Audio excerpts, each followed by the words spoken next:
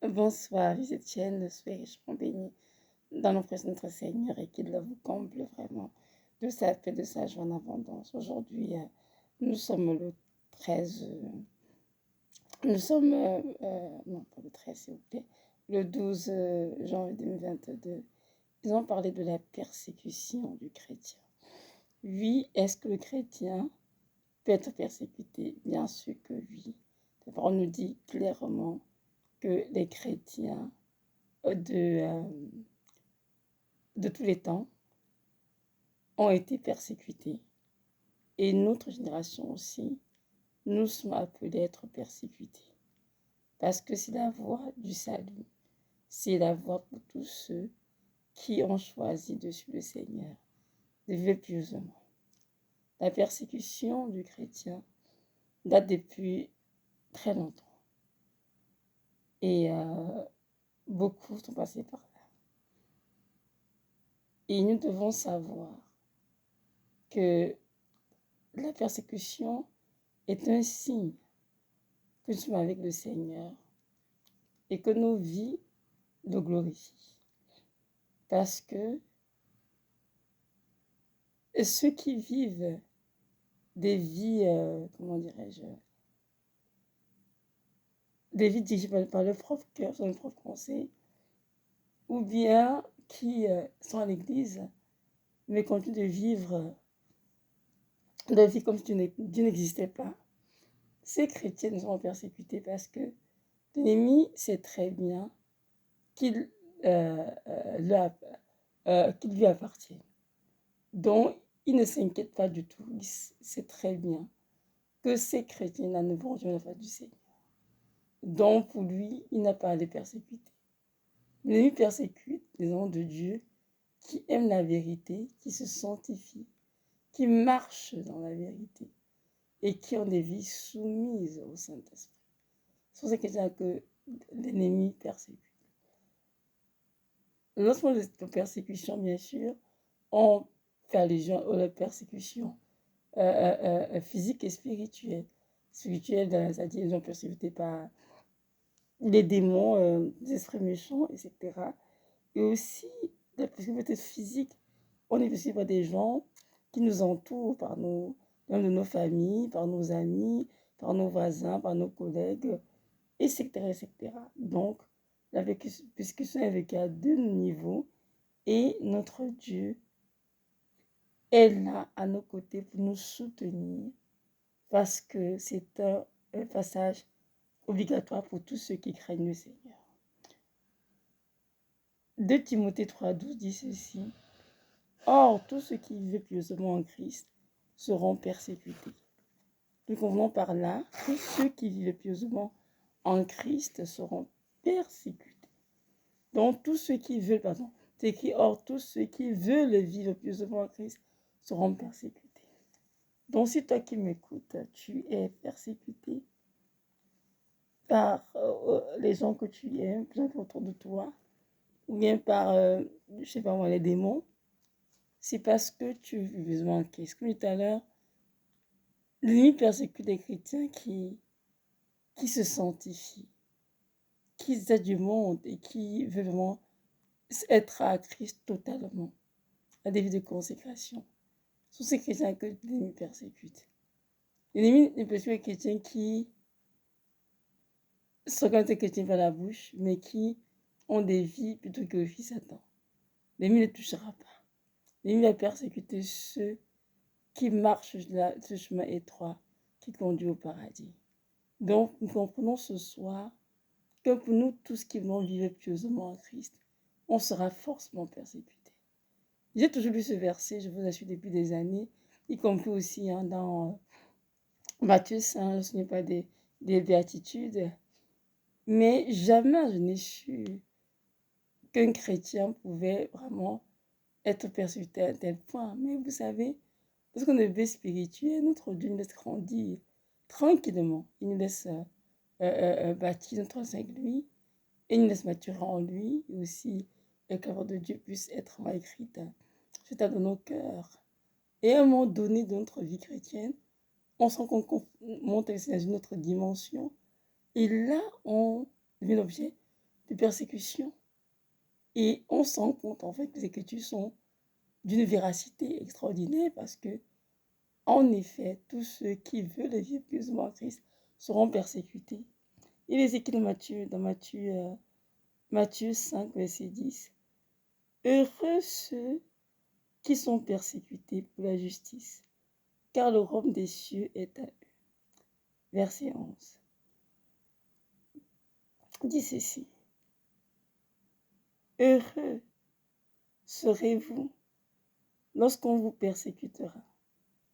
Non, lorsqu'on vous outragera et qu'on vous persécutera, qu'on dira faussement de vous toutes sortes de mal.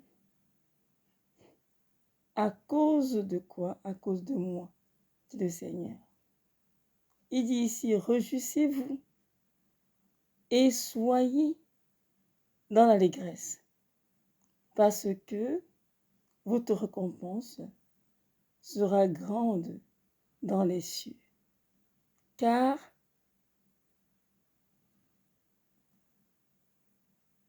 c'est ainsi qu'ont été persécutés les prophètes qui ont été avant vous.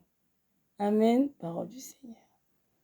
Dans le de Matthieu 5, les vertus ont été énoncées lui-même pour le Seigneur en personne. Et là, ici, il nous dit, heureux, tous sont persécutés par la justice. Quand le dessus est à eux. Il dit, heureux ceux qui sont outragés, ceux qui sont persécutés, ceux qui sont des sortes de mal. Il dit, réjouissez-vous et soyez dans l'allégresse, car grande sera votre récompense dans les cieux. Car c'est ainsi qu'on était persécutés autrefois, vous qui étaient avant vous. Nous voyons bien ici que Dieu nous met des gens en garde, qu'on sera persécuté. Pourquoi? Pour la justice, bien sûr. C'est-à-dire, on sera persécuté pour avoir fait le bien. On sera persécuté pour avoir dit la vérité. On sera persécuté pour avoir dénoncé des pratiques des ténèbres. Oui, parce qu'il faut qu'on soit persécuté pour avoir plus contre le Seigneur. C'est pour ça qu'il est question ici. Non, non, non, non. Si on plus contre le Seigneur qu'on est persécuté, ben c'est ce qu'on avait pour l'ennemi. Et là, il faut se repentir pour la fermer. Il s'agit d'être persécuté pour avoir fait du bien, pour avoir fait quelque chose pour le royaume des cieux, pour avoir évangélisé, pour avoir, comme j'ai dit, la vérité, pour avoir dénoncé des œuvres des ténèbres, pour avoir prié contre des pratiques des ténèbres, pour avoir quelque chose de glorieux qui contribue au sein du royaume des cieux. Là, on sera persécuté. Et c'est que si on est persécuté pour sa justice, c'est pas s'en inquiéter, mais de nous réjouir au contraire dans l'allégresse, car grâce à notre récompense dans les cieux. Il est vrai qu'on est persécuté à l'instant présent, c'est un moment de joie, qu'on soit d'accord. Si on veut être honnête les uns avec les autres, hein, ou envers soi-même, en tout cas, moi je suis honnête que non, lorsque la persécution est arrivée dans ma vie, ça n'a pas été quelque chose de, comment dirais-je, de glorieux pour moi, non. J'ai vécu cela très mal au début parce que j'étais stupéfaite devant des personnes de ma propre famille qui me persécutaient, qui m'en voulaient pour des choses. Mais le Seigneur, avec le temps, a réussi à me faire comprendre que c'était un passage obligatoire pour tous les chrétiens, qui me donnait 2 Timothée 3, verset 12. On dit, oh, ceux qui veulent vivre pieusement en Christ seront persécutés. Donc, en fait, c'est un passage obligatoire pour tous les chrétiens qui vivent pieusement en Christ. Oui, tout à fait. Comme je disais tout à l'heure dans mon petit témoignage, j'ai vécu ma vie chrétienne tranquille, sans problème. J'aimais le Seigneur et c'était tout. J'étais vraiment très, comment dirais-je, dévouée dans ma relation avec le Seigneur. Et je disais des versets de persécution, mais ça semblait pour moi des versets non vécus, qui étaient lointains. Et jusqu'à ce que un jour arrive et le Seigneur m'a demandé il m'a révélé quelque chose concernant un membre de ma famille. Il fallait absolument que je dise la vérité à la personne concernée. Et le Seigneur a insisté tant de prier de genoux. Tu dois dire cela parce que ta liberté en dépend, parce que votre avenir en dépend. Il faut dire la vérité, il faut dénoncer les ténèbres. Alors je l'ai fait et je vous assure que depuis tout ce temps, je suis persécutée à fond dans le monde spirituel, dans le monde physique. Et je dis, Seigneur, Tu es mon Dieu, Seigneur. Je m'appuie sur toi, Seigneur. Et je veux continuer de marcher dans tes voies, Seigneur. Et de te prendre comme mon refuge, ma haute retraite, ma forteresse. Car c'est toi qui me protèges, Seigneur. Vous voyez, donc depuis lors, je n'ai plus de paix.